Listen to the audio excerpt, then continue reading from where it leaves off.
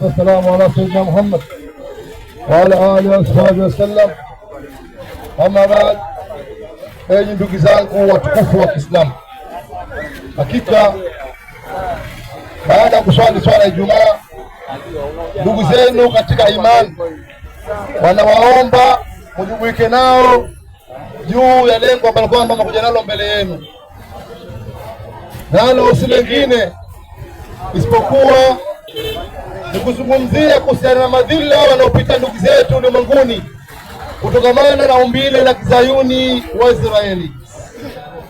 Enyi ndugu zangu wa Kiislamu, hakika juzi zilipitishwa wafungwa wote wa Palestina wafaa kuhukumiwa kinyongo.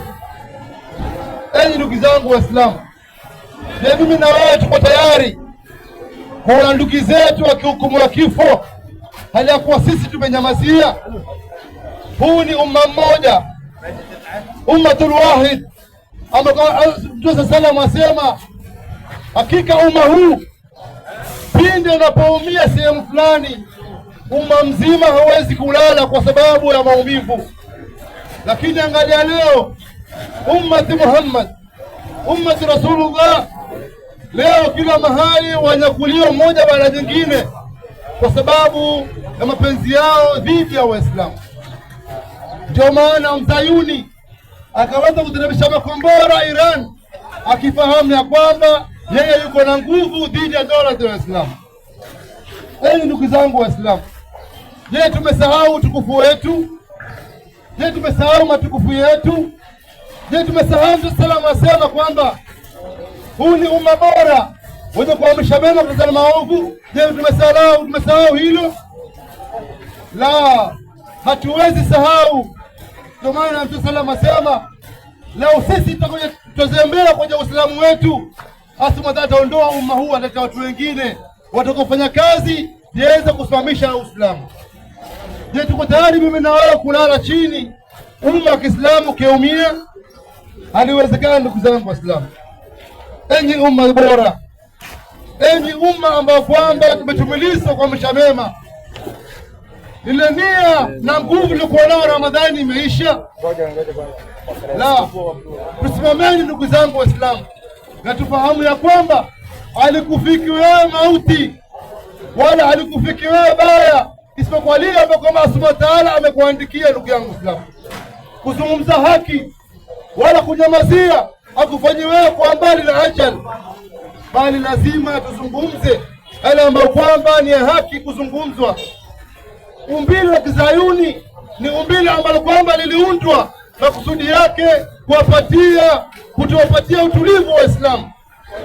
Ndio maana wakatenga mali nyingi ili kuweza kuwapatia shida Waislamu.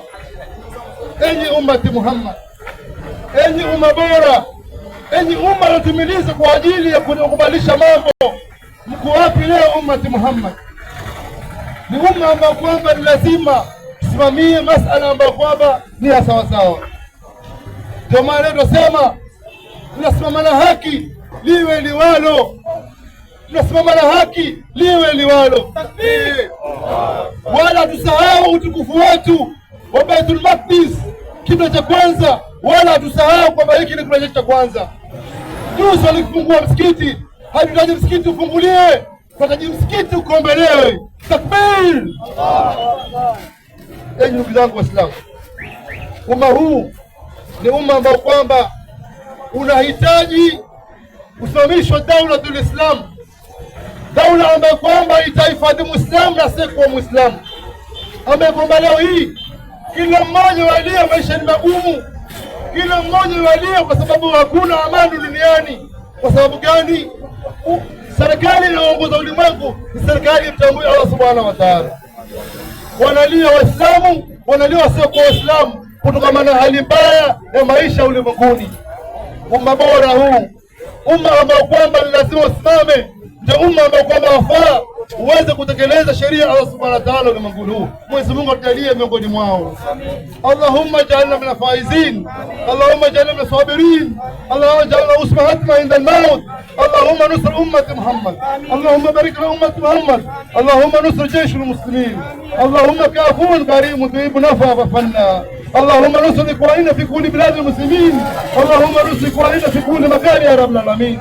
سبحان الله بحمده، أشهد أن لا إله إلا أنت سبحانك وتعالى. سبحان ربك العظيم، سلام عليكم، الحمد لله رب العالمين. تكبير تكبير تكبير.